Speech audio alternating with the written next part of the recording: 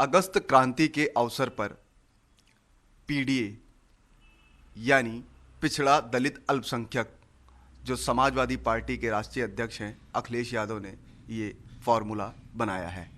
हालांकि वो विपक्षी दलों द्वारा जो बनाया गया अभी नया गठबंधन है इंडिया, उसके भी सदस्य हैं, उसमें भी शामिल हैं। उन्होंने अगस्त क्रांति यानी आज अगस्त क्रांति के अवसर पर 11 सूत्रीय एक संकल्प पत्र जारी किया है। उस पत्र का मतलब क्या है, उसमें क्या खास है, उस पर बात करने के लिए वरिष्ठ पत्रकार प्रदीप कपूर जी हमारे साथ हैं। सर नमस्कार। न्यूज़ 24 के डिजिटल प्लेटफॉर्म पे आपका स्वागत है। सर, ये जो पीडीए का ये 11 सूत्रीय संकल्प पत्र है, इसके क्या मायने हैं सर? देखिए, आज अगस्त क्रांति का दिन है। आज जो है जयप्रकाश नारायण और अरुणा आसिफ अली की याद आती है कि जिन्होंने 1942 में जो आंदोलन हुआ था उसको लीड किया था और महान नायक बने थे। और उस मौके पे जब क्विट इंडिया मूवमेंट डे है तो अखिलेश यादव ने जो 11 सूत्रीय अपना जो कार्यक्रम अनाउंस किया है, पिछड़ा दलित और अल्पसंख्यक पीडीए बनाकर, वो असल में जो आज इन्होंने जो अनाउंस किया है वो तैयारी है 2024 के चुनाव की। और मैंने जब उसको पढ़ा तो समाज के हर वर्ग के लिए कुछ काम करने का संकल्प है।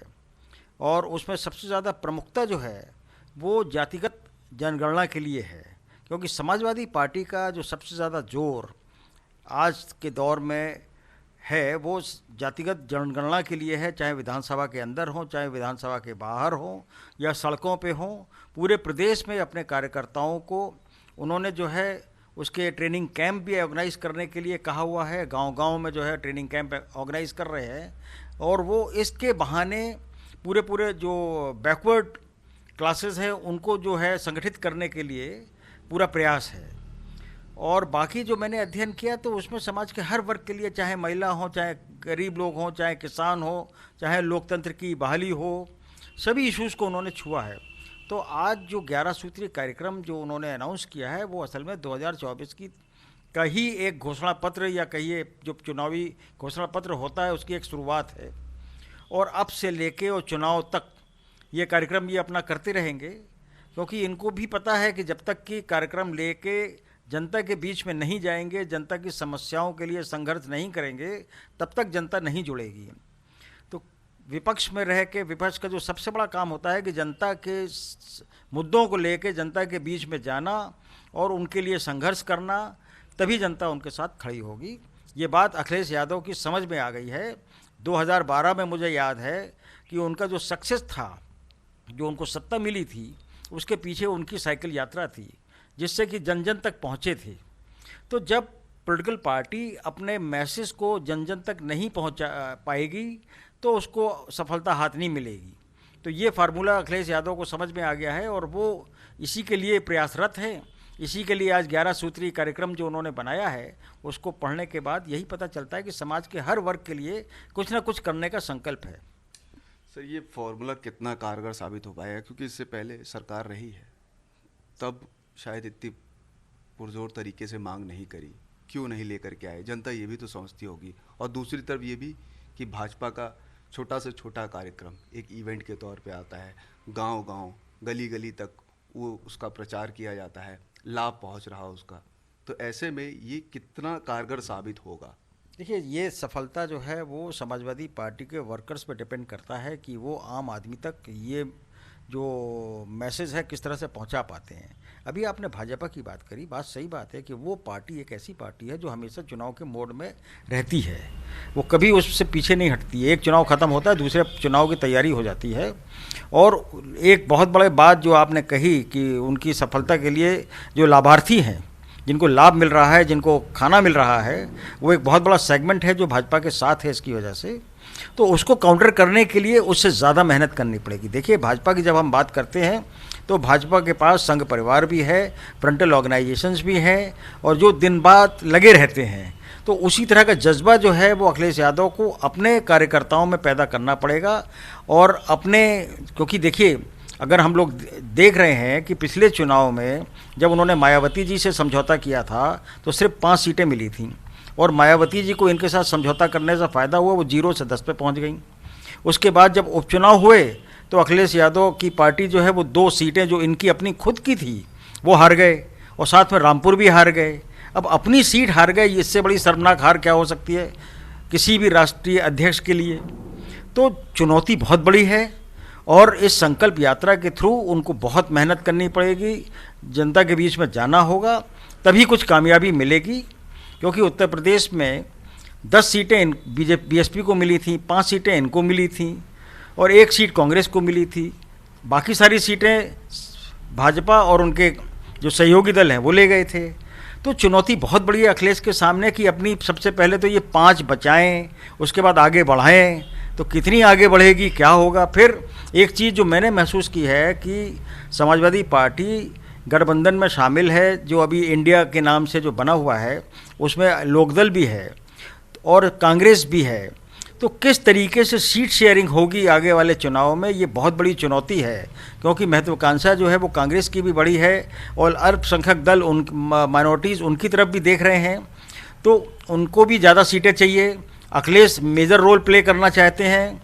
तो मुझे लगता है कि अखिलेश को बड़ा दिल दिखाना पड़ेगा, ताकि कांग्रेस को और लोकदल को वो अच्छी सीटें दें। सर, आपने सीटों की बात करी है कि जिसमें राष्ट्रीय लोकदल और कांग्रेस, और जाहिर सी बात है कांग्रेस अभी राहुल गांधी की सदस्यता बहाल हुई, जीत करके आए, कोर्ट ने मनोबल बहुत बढ़ गया है, तो जाहिर सी बात है सीटों की डिमांड करेंगे। बिल्कुल। तो कितनी बड़ी चुनौती होगी अखिलेश यादव? बड़ी चुनौती है ये उत्तर प्रदेश में विपक्ष के लिए सीट शेयरिंग जो है, ख़ास तौर से अखिलेश यादव के लिए, क्योंकि वो सबसे बड़े दल के मुखिया हैं, लीडर अपोजिशन हैं। तो बहुत सीट शेयरिंग जो है उनको, मुझे लगता है कि अगर वो चाहते हैं कि विपक्ष को ज़्यादा से ज़्यादा सीटें मिलें, तो अखिलेश यादव को बड़ा दिल दिखाना पड़ेगा और ज़्यादा सीटें शेयर करनी पड़ेंगी, तभी उनको कामयाबी मिलेगी। क्योंकि कांग्रेस भी ज़्यादा सीटें मांगेगी, लोकदल तो ऑलरेडी 12 सीटों पे अपना हक जमा रही है, और फिर अगर और भी छोटे मोटे दल जो साथ में आएंगे, जैसे चंद्रशेखर रावण का पार्टी है या और भी कुछ आती है, तो उनको भी देना पड़ेगा। तो जिम्मेदारी अखिलेश यादव की है कि वो बड़ा दिल दिखाएं, और सीट शेयरिंग में जो है वो लिबरली तरीके से सबको साथ लेके अगर कोशिश करेंगे तो कामयाबी मिलेगी। संपूर्ण विपक्ष अगर मिल के 1-1 बीजेपी के खिलाफ लड़ता है, तभी ये कुछ कर पाएंगे, वरना तो बहुत मुश्किल होगा। सर, एक और भी काफ़ी दिनों से आपने, कई सालों से वरिष्ठ पत्रकार के तौर पे हम आपसे बात करने आए, कई सालों आपने करीब से पत्रकारिता देखी है, विधानसभा से लेकर के तमाम गली चौराहों तक। एक और बात भी निकल के आ रही है कि MY फैक्टर को चोट बहुत गहरी पहुंची है। जो मुस्लिम यादव वाला फैक्टर था वो कहीं ना कहीं टूट सा गया है। अब ना यादव उनकी तरफ आकर्षित हो रहा है और ना मुस्लिम ज़्यादातर करके कांग्रेस अब प्रेफर कर रहे हैं। क्या वजह मानते हैं सर? और एक तरफ दूसरा यही कि 2024 में जनवरी में ही राम मंदिर का भूमि पूजन, गर्भगृह में उनका विराजमान भी होंगे रामलला। तो कितनी बड़ी चुनौती होगी, कितनी बड़ी घेराबंदी करें कि अखिलेश यादव को सफलता कुछ हद तक मिले? देखिए, बहुत बड़ी चुनौती है आगामी लोकसभा चुनाव, बल्कि जिसे कहना चाहिए कि वर्चस्व की लड़ाई है। और जाहिर बात है कि बीजेपी जो है वो राम मंदिर का निर्माण होने जा रहा है, वो बहुत बड़ा इशू है, जिसमें पूरा देश में उसके लिए कार्यक्रम होंगे, और पूरे देश की निगाहें भी हैं राम मंदिर पे। और लेकिन जिस तरीके से इनको, जो आपने अभी बात कही कि MY फैक्टर का जो है, देखिए 2022 का जो असेंबली का चुनाव हुआ था, पहली बार मुस्लिम कम्युनिटी ने, मेरे ख्याल से 89% मुस्लिम कम्युनिटी ने समाजवादी पार्टी को वोट दिया। इतना वोट कंसोलिडेशन माइनॉरिटी कम्युनिटी का समाजवादी पार्टी के लिए कभी नहीं हुआ। बाकी जातियां तो टूट गईं, जाट भी चला गया बीजेपी में काफ़ी हद तक, यादव भी गया, लेकिन मुस्लिम कम्युनिटी ने बहुत सपोर्ट किया। लेकिन जिस तरीके से कर्नाटक में कांग्रेस की जीत हुई है, जिस तरीके से राहुल गांधी की भारत जोड़ो यात्रा की सफलता हुई है, तो माइनॉरिटी कम्युनिटी जो है वो अब कांग्रेस की तरफ देख रही है। और उत्तर प्रदेश में सेकंड फेज़ अगर भारत जोड़ो यात्रा की होती है और उसमें जिस तरीके से जन समर्थन उनको मिलता है, तो उससे बहुत बड़ा फ़र्क पड़ जाएगा कांग्रेस के प्रति माइनॉरिटी कम्युनिटी के एटीट्यूड का। अगर आप लखनऊ की बात करें तो देखिए कि जिस तरीके से अभी मेयर के चुनाव में 1 लाख से ज़्यादा वोट कांग्रेस को मिला, जबकि उस महिला को कोई बहुत ज़्यादा कोई जानता नहीं था या कांग्रेस का इंफ्रास्ट्रक्चर भी नहीं है, लेकिन कांग्रेस के प्रति एक कमिटेड वोट है जो उसको मिला। तो अब राहुल गांधी का जो एक चढ़ाव है और जो जिस तरीके से उनके प्रति लोग आकर्षित हो रहे हैं, तो उससे माइनॉरिटी कम्युनिटी भी उनकी तरफ देख रही है। तो इसलिए ज़रूरत इस बात की है अखिलेश यादव को कि बड़ा दिल दिखा के सभी पॉलिटिकल पार्टीज़ के साथ सीट शेयरिंग इस तरह से करें कि ज़्यादा से ज़्यादा सीटें निकाल सकें। तो चुनौती बहुत बड़ी है। ये चुनौती सर, ये रामलला जनवरी में ही अपने गर्भगृह में विराजमान हो जाएंगे प्रधानमंत्री जी पूजन के लिए, विपक्ष के लिए, संपूर्ण ये पूरे इंडिया के लिए कितनी बड़ी चुनौती होगी? देखिए, अब ये तो डिपेंड करता है कि किस तरीके से लोग करते हैं। जाहिर बात है कि राम का मंदिर बन रहा है और मैंने तो राम जन्मभूमि का आंदोलन, क्योंकि लगातार, ये मैं आपको रोकूंगा, लगातार रहा कि राम के नाम पर आए हैं, राम के नाम पर आए हैं, इन्होंने मंदिर मस्जिद करके ही ये चुनाव जीतते हैं। तमाम पार्टियां, तमाम विपक्ष के लोग ये आरोप लगाते हैं और उसी आरोपों के बीच में जनवरी में मंदिर का गर्भगृह में विराजमान हो जाएंगे रामलला, और चुनाव भी है 2024 में। तो कितनी बड़ी चुनौती होगी? चुनौती तो है, जाहिर बात है कि लोग जो है मंदिर के प्रति आकर्षित हैं, लोगों की मंदिर के प्रति श्रद्धा भी है, और वो कितना वोट में तब्दील होती है ये देखने की बात है। देखिए, बीजेपी और संघ परिवार इस इवेंट को बहुत बड़ा आयोजन करने वाले हैं, और जाहिर बात है कि हिंदुस्तान में जो भी रहता है, हर हिंदू का एक राम के प्रति आकर्षण भी है और श्रद्धा भी है, और होना भी चाहिए, उसमें कोई ऐसी बात नहीं है। तो लेकिन अब ये वोटों में किस तरह से तब्दील होता है और किस तरीके से उसको वो करा पाते हैं, ये देखने की बात है। लेकिन ये एक बात मेरा ये अभी भी मानना है कि अखिलेश यादव और विपक्ष के लिए लोकसभा चुनाव बहुत बड़ी चुनौती है, बहुत बड़ा दिल दिखाना पड़ेगा और बहुत मेहनत करनी पड़ेगी, और सीट शेयरिंग में भी जो है बड़ा दिल दिखाना पड़ेगा।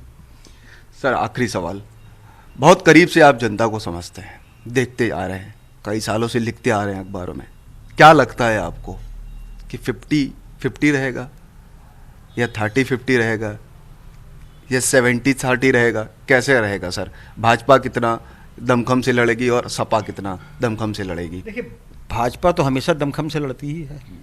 अब तो ये तो विपक्ष को दिखाना है कि वो अपना दमखम किस तरीके से, जो सारे रिसोर्सेज हैं उसको मोबिलाइज करती है।